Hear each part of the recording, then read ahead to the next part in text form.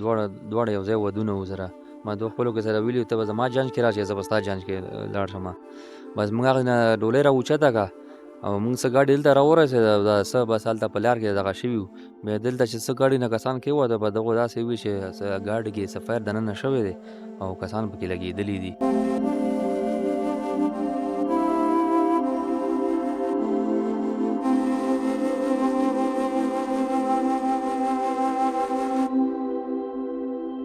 اسد لګېدلی په زړه باندې ای زر زر راشي بس دلته اسد ډولۍ پسې تلي مو دوه درې ګاډي تلي مو پیسرینې بیا راپاس کړه ای دا رقم واقعه پکې وشوه.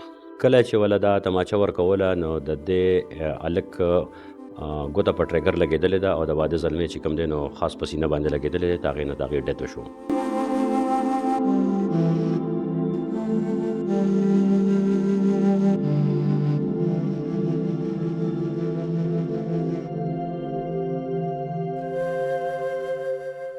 بسم الله الرحمن الرحیم.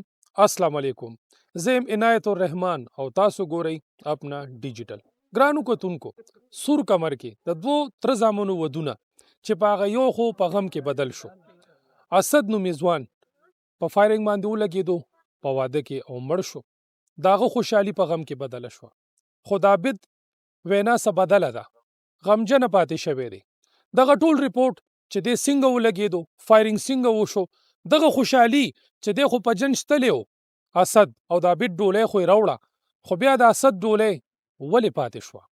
دغه ټول ریپورټ مونږ سره وګورئ اپنا ډیجیټل باندې. اسد کم زلمې چې په جنج کې په ډزو لګېدلی و مړ شوی دی، د هغه پلار سره ولاړ یو خبرې کوو. السلام علیکم جی. وعلیکم السلام. نوم دې څه دی ورور؟ نوم مې شمال خان دی. شمال خانه ډېر افسرده خبره ده، د غم خبره ده. د خوشحالۍ موقع وه او ډولۍ جنج او په هغې کې د هغه جنازه اوچته شوه. څنګه خبر شوې د دې واقعې نه؟ دا خو مونږ د وراره جنج کې تللي وو، دواړه یو ځای ودونه وو سره. ما دوه خپلو کې سره ویلي ته به زما جنج کې راشې زه به ستا جنج کې لاړ شمه. بس موږ هغې نه ډولۍ را اوچته کړه او موږ څه ګاډي دلته را ورسېده دا څه بس هلته په لار کې دغه شوي وو. بیا دلته چې څه ګاډي نه کسان کېوته په دغو داسې وي چې ګاډي کې څه فایر دننه شوی دی او کسان پکې لګېدلي دي. بس بیا په یو کې ګونګه صاحب هلکانو صاحب سترګو نه اوښې مخې دغه څه چلته ویلې زلمی پکې لګېدلی اسد زما زوی نه مې غواشه که نه هغه لګېدلی دی. بس بیا مونږ ګاډي څه دغه شو جنج واپس شو کور ته کېوته ګاډو نه. بیا مونږ هسپتال ته لاړو. هسپتال لاړو بس هلته ټولو خلکو ژړل په موقع باندې ملګري کوم کسان چې ورسره تللي وو که نه ژړل ما څه چلته وي دا کار شوی چې اسد شهید شوی دی. دغه شیان شو بس بیا مونږ په ځان نه وو پوهېدلي. بس د دې یو ډولۍ خو یې روچته کړه که نه، خو د ده ډولۍ خو روچته نه شوه که نه. نه د ده ډولۍ همداسې پاتې شوه راوچته نه شوه. د ده ډولۍ کور کې د مورکۍ څه حال دی؟ بس همداسې حال یې ټول په پریشانه بس بېهوشه بس پراته دي. بس ټول ارمانونه یې کله ډولۍ له ورځي، کله کمرې له ورځي، کله سامان یې، کله کپړې ګوري، کله یو شی ګوري، بس ورته جاړي همداسې. ځوان زلمی زوی چې همداسې په خپل مرګ مړ شي هغه هم ډېره غټه صدمه وي، خو داسې چې بیا د هغه واده وي نو د هغه خو یو نوې زندګي شروع کېږي. نه نوې زندګي چالو کړو زموږ خو ډېر امیدونه وګورئ بس مونږ ملا د تېرو بس مونږ د دې د ډېر ارمانونه وګورو چې مونږ داسې بس ذاتی هغه حالاتو کې روان یو که نه مونږ د ډېر امیدونه وو. بس زوی هم بس زلمی شو او بس هغه قسمت مو سره نه و بس هغه لاړه بس. نو په هغه کور څه اوس تېرېږي چې کم کور کې د ده ناوې ناسته وه، د ده د ډول د جنج په انتظار و چې دی به جنج راوړي ما به په ډولۍ کې وړي، ارمانونه وي د هر چا او انتظار یې ورته کړي، مشرانو ورته انتظار. د هغه کور څه حال دی؟ بس هغه کوم امیدونه چې وو زمونږ هغه ټول خاورو سره بس خاورې شو. امیدونه بس همداسې وریجل. نصیحت خو تاسو ټولو ته به کړي که نه چې ډزې مه کوئ، روان ګاډې ونه چلوئ. بس مونږ د ملګرو د کوم چې وو ته مونږ داسې وو چې غلط ویلینګ ونه کوئ دغه ونه کوئ نه کاکا جی ویلې هم نشته دی. بس په لار کې دغسې اچانک دغه واقعه دغه کړې وه چې ما د په ارام مزه یې دغه نصیحتونه مو لا ټولو ته وکړه. بس دا د چا په ډزو چې لګېدلی دا خو هم د ده ملګری و که نه؟ دا ټول کوم د ګاډي کې چې څه ټول د ملګري وو سره ټول ملګري وو سره. اکثر له مشرانو هم دا نصیحت کوي که نه چې دوستانو ملګرو سره ناست یې خو احتیاط کوه. نو دوستان خو ډېر ښه وي په کار راځي، لکه دا هم د ده د تره زوی او د دې بل هلک چې کوم واده و عبید ده لکه دا د کپړې نه دي اچولې غم کې دی، ټیک شوه، هم خو د ده دوستانو دی هم د ده دوست و که نه، نو هغه دوست د لاسه دی ولګېدو او د خورو لاندې شو. هغه دوست له لاسه به د خاورو لاندې شو. څه به ویل غواړي هغه خلکو ته به نصیحت کې چې دغه ودونو کې دي ډزې کوي او منې کېږي نه، دا خو یو عبرت دی، عبرتناکه ده. دا داسې قسمه یو غم دی چې په کار دی نه خلک عبرت والي. ولې دا خلک دې نه عبرت نه اخلي؟ بس موږ باندې خو دغسې واقعه راغله، بس الله به هېچا باندې داسې واقعه مه راولي. بس ما ټولو عوام الناسو خلکو ته دغه اپیل دی چې دا جنجونه منجونه دا رواجونه مکمل متې ختم شي. ټول رشتهداران دي خپل دې به یې چې په کور کې ولیمه ورسه په ښه په طریقې سره وشي. دا جنجونو او د هغوی فیرونو او دې شنو نه بس پرهېز وکړي. زما ټول عوام الناسو دا درخواست دی په موږ باندې چې کوم د قیامت راغلی، الله پاک دې هر سړی داسې قیامت او دغه نه وساتي. خلک خو هسې هم نه منې کېږي، د دې نصیحت باندې اثر خو پرې نه کوي که نه. نو همدغه خبره وله ښه ده چې دا جنجونو رواجونه ختم کړي او په حیا عزت کې مطلب دوه کسان څلور ګاډي کې ورځي او ډولۍ روچتۍ ناوې راولي. او دغه دوه کسه بس کوم مشران چې ځان سره بس بوځي او د ناوې ګاډي، بس دا ډېره غوره او ډېره ښه خبره ده. او دا فضول دا ویلینګ او دا شینه نه دی نه چې مشران او دا زموږ حکومت دی دغه چې سره کینی اتفاق وکړي او دا رسمونه او دا رواجونه به چې ختم کړي. لکه یو طرف ته خوشحالي دا وی فرنګ چې وشي خامخا د چا زندګي هلته تباه کېدی دله خوشحالي، بل کور کې به غم راتلی شي پکې، دا هغوی فیر د لاسه. بس هر ټول حکومت طرف نه عوامو طرف عالمان طرف ټول خلکو ته دا بیانونه کوي، عالمان یې مده کوي، حکومت یې مده کوي، خو دا عوام الناس په دې خبرو باندې بس نه پوهېږي په دې باندې. عابده، ستا او د اسد واده شروع، نو بیا ډولۍ خو روچته شوله ستا، خو د هغه ډولۍ خو روچته نه شوه، خو بیا د هغه جنازه اوچته شوه. نو تا سره د هغه خبرې کېدې، راته ووایه څنګه خبر شو د دې غمه؟ ته په هغه جنج کې وې یا تا د هغه د جنج انتظار کولو؟ زه خو پخپله نه ومه، زه خو پخپله هلته کور کې ومه. اطلاع وشوه ویلې اما کم ګاډي کې دا ویلې کس یې والی په ګاډي باندې. بیا هم پته نه لګېده. بیا اینه بعد کم کس زخمي و ویلې هغه زخمي شوی. اینه بعد ما ورو عامو سره تلو بل ګاډي کې. بیا هسپتال نه یې راته رینګ وکړ ویلې اسد لګېدلی په زړه باندې، ای زر زر راشئ. بس دلته اسد ډولۍ پسې تلي مو، دوه درې ګاډي تلي مو، پیسرین یې بیا راوپس کړه. ای دا رقم واقعه پکې وشوه. د ستا ډولۍ پسې تلي؟ او زما ډولۍ پسې تلي و، زما والی یې راوړه، بس ده والا پسې تله. نو ډولۍ ته دې ونه رسېدو؟ نه ډولۍ ته دا ونه رسېد. افسرده غمجنه خو ده. ډېره. خو ستا خو ملګری مو، د تره زوی دی مو، نو ستاسو خو به مشورات هم یو ځای و، جوړه جامې پیزار یا بازار ته تګ.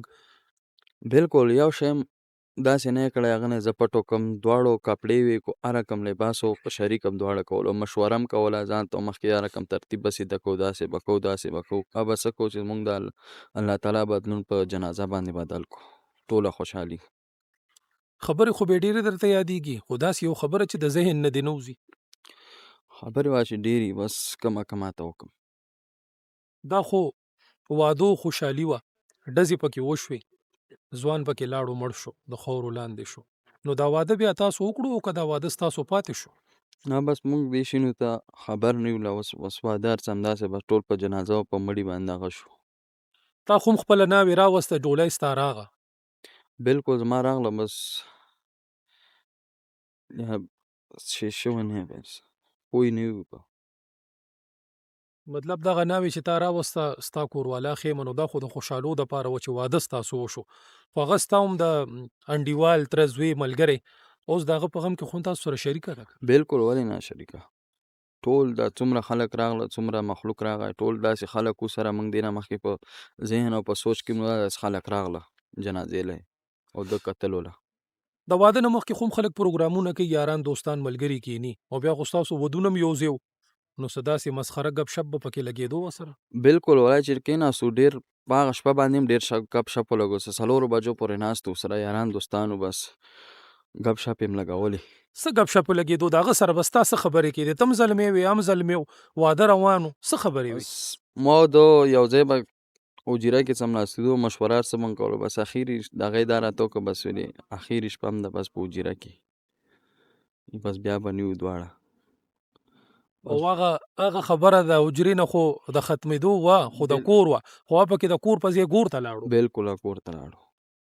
خبرې رښتیا کړې وه؟ بالکل رښتیا یې کړه، موږ ته څه پته وه، دا بس بیخي بس د حجرې نه لاړو. حجرې نه هم لاړو او د دې دنیا نه هم لاړو. بالکل. څه به ویل غواړې هغه خلکو ته چې هغه خلک ډزې کوي، نه منې کېږي، نصیحت هم ورته مشران کوي، تاسو به هم ورته نصیحت کړي چې هلکه ډزې به نه کوئ یا داسې روان ګاډۍ ونه چلوئ چې مسله جوړه نه شي، نو هغه خلکو ته به څه نصیحت کول غواړې ته د دې بالکل غمزدی دوست یې خو دا خبرې د دنیا ته یو نصیحت خو هم ورکړه که نه بالکل هر یو مشر هر یو پلار هر یو تره هر یو زوی ته نصیحت کوي دا شی مه استعمالوئ مه ګاډی غلط چلوئ بس دا وړ کې نه پوهېږي موږ په خپله خپل دغه کې نه پوهېدو بس خامخا پټې راواخلي خلک چرتې بس شی پټ راواخلي بس استعمال یې کړي دی زه به یې کابو کړم بس کابو نه ورسره وځي کمره جوړه کړې ده د ورسره یو شانتې کپړې به دې هم ورسره کړي کپړې دې غوندلي دي اوس که نه نه کپړې ما جرأت نشته چې زه اوس کپړې زه واچوم دا ستا د دوستاني ملګرتیا ثبوت دی بالکل څه وویل غواړې هوایي فایرنګ کوي خلک ډزې کوي په ودونو کې هم ډزې کوي د هغې بیا دا نتیجه وي چې زلمی پکې ولګېدو مړ شو ناوې هم ورته هلته پاتې شوه بل واده هم دلته ډولی راغه هغه ناوې هم همداسې په غم کې شریکه شوه څه به ویل غواړې دې خلکو ته او خیران یې که نه چې دا نو واده د سنت طریقه ده نو ګوره دا ډزې هوایي فایرنګ دا جنجونه دا ټول کفري کار دی دا خو اسلامي کار نه دی خو چې کله اسلامي کار راټینګ شي که نه نو هغه بیا دا قسمه تکلیفونه به بیا هېڅکله هم نه راځي نه به څوک خفه کېږي یو قسم نه به ګاونډ ته تکلیف وي او نه به واده والا ته تکلیف وي چاته به هېڅ قسمه تکلیف نه وي جی بالکل دا وخت موږ ډي پي او خیبر وقار خان سره موجود یو السلام علیکم جی وعلیکم السلام دا 2-3 ورځې مخکې په واده کې ډزې شوې وې په کې یو ځوان زلمی مړ شوی و هغه حوالې سره راته وقار خان تک تفصیل ووایي دا چې په دغه کور کې واده د افغان نیشنل او دوی جنج روړو په کیری ډبه کې د واده الک او تاغه کزن چې کوم دا د ماما ترورې زامنو نو دا واده زلمی ورته وی چې دا تماچه مال راکه زه ډزې کوم چونکې تماچه چې واغه چیمبر لوډ وه کله چې ولا دا تماچه ورکوله نو د دې الک ګوته په ټریګر لګېدلې ده او د واده زلمی چې کوم دی نو خاص په سینه باندې لګېدلې دی هغې نه د هغې ډیت وشو ملزم گرفتار ملزم بالکل گرفتار دی او ملزم هم انډر ایج دی 14 کلن دی دا راته ووایي وقار خان چې د اسلحه نمایش هوایي فایرنګ خلاف پولیس خو کې ریک ډاون خټایټ شروع کړی دی ګرفتاریانې هم پکې شوي دي نو دلته د اسلحه د ماشومانو سره وي هلکانو سره وي چې په واده کې ډزې کوي د دې خلاف هم پولیس دلته څه کاروایي خیبر کې کړې ده بالکل زمونږ د خیبر پولیس خو زه دا وایم چې د ډېرو ډسټرکونو زمونږ د اسلحې ریکوري هغه ډېره زیاته ده چونکې په دې کیس کې به دا ووایو چې روان گاډی دی او په گاډي کې ورسره تماچه وه او نارملی دا شانتې د پولیس چې کله په ناکه باندې ولاړي او وګوري چې د واده گاډی دی یا پکې زنانه دي او د خوشحالۍ موقع ده نو هغه ګاډو هغه چیکینګ هغې طریقې سره نه کېږي دې وخت کې د دې اسلحې د نمایش څه خبره نه وه نه داسې د هوایي فایرنګ خبره وه دا تماچه ته مقتول د واده زلمي اغشتله چې راکه ماله زه به یو څو ډزې وکړم او دغه دوران کې د فایر شوی دی به حیثیت ډي پي او خیبر هغه خلکو ته چې کم اسلحه ساتي فایرنګ کوي ډزې کوي شوق سره هغه خلکو ته به څه پیغام ورکول غواړي وقار خان دا اسلحه دومره فضول شیز دی چې یو خو به په 50,000 یا په 1,00,000 روپۍ هر قسمه وسله چې ته په دغه تاوانو کې بیا ورسره له 100,000 روپو کارتوسو مخلې دغه هم تاوان دی او دا نه د ښې دپاره ښه ده او نه د بدې دپاره ښه ده ما چېرته د وسلې فایده لیدلې نه ده چې یاره زه به پرې خپل ځان حفاظت کوم چې کې نو بل سړی به ولې بیا به درته لانجه جوړېږي یا جګړه راشي یا دغه ټایم کې ته په خپل جذباتو باندې قابو نه ساتې نو تماچې ته به لاس کې یا به غولې او یا به بل درنه ویرېږي هغه به په تا باندې مخکې شي نو دا تش نقصان دی معاشرې ته هېڅ فایده نشته سوای د تکلیف او د مصیبت نو زمونږ پښتانه په دې غم باندې ککړ دي الله دې دا وساتي مونږ پولیس چې کوم دی نو د دې خلاف برپور چې کوم دی مو هم کوو کوم ځای کې چې ډز ګورو کوم ځای کې چا سره وسله وي هغه نیسو او عدالت ته لاړ شي جرمانه شي او بیا روزي او بیا کوي ګرانو کتونکو د هغه زلمی چې کم د تره زوی او د ملګری او دغه خبرې تاسو واورېدې ډولی خو یې د هغه راوړه خو کومه چې د واده روټۍ وه نو بیا هغه په غم کې بدله شوه بیا چې کله د هغه جنازه اوچته شوه نو خلکو هغه روټۍ وخوړه ډېره افسورده خبره ده د پلار خبرې هم تاسو واورېدې ډېرې غمجنې وې دغه رورې ورکوټې چې کوم موږ سره ولاړ دی د کیمرې په سترګو یې تاسو ګورئ چې دنه خبرې هم نه کېږي خفه دی مایوسه دی او د مور حال هم داسې دی چې بېهوشه کېږي ګرانو کتونکو دغه هوایي فایرنګ دی یا ډزې دي چې موږ یې په ودونو کې کوو د خوشحالو دپاره خو دا عقل او شعور به من کې کله راځي چې دغه یو ډز یو ګولۍ د بل کور روان کی هغه ته ناستې هغه ناوې چې په کور کې انتظار و چې ما پسې به جنج راځي ما به په ډولۍ کې اچوي او ما به خپل کور ته بوځي هغه هم داسې پاتې شوه ګرانو کتونکو موږ پښتانه به کله په دې خبره باندې پوهېږو او کله به په موږ دا خبرې اثر کوي چې د دې خلکو غم چې نن موږ وکتو حقیقت درته ووایم چې ډېر خفه شو د دې سره یو کور نه څو کورونه وران شو. ګرانو کتونکو د ډزو نه پرهیز وکئ، روک کوي دا ټوپک تمانچې، روکه کوي دا اسلحه. د دې نه څه جوړ شو؟ د دې نه هم دی جوړ شو. دی نتیجه ده دا یو وار نه دا سلوارې زر وارې خلکو مشرانو نصیحت وکړو، خلکو ته وصیت وکړو چې مه کوئ په ودونو کې ډزې، همداسې هم فایرنګ مه کوئ. پولیس هم کریک ډاون شروع کړی دی، خو په موږ پښتنو یې هېڅ اثر ونه کړو. ګرانو کتونکو را روان پروګرام پورې اجازت غواړم د خپل ځان ډیر خیال ساتئ، موږ په دعاګانو کې یاد ساتئ. د الله په امان.